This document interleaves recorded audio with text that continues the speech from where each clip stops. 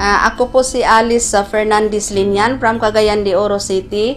Noon po may naramdaman ako na masakit ang ulo ko at saka palagi akong nahihilo. Vertigo pala yun. So, mabuti na lang may kaibigan ako nagasuot ng bracelet na Good Faith at saka pinahiram niya sa akin, nilagay niya sa ulo ko at saka after 30 minutes, nawala yung sakit ng ulo ko. Hanggang ngayon, hindi na bumalik yung sakit ng ulo ko.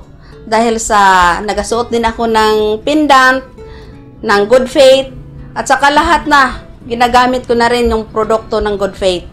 At saka mayroon pang isa na nung pagsindong na yung kamay ko, parang nagbukol yung dito kasi natamaan siguro ito sa sa kahoy at saka hindi ko na na parang namamanhid yung kamay ko, kaya kumuha na naman ako ng isang ring ng Good Faith at saka 2 weeks lang nawala yung manhid ng kamay ko.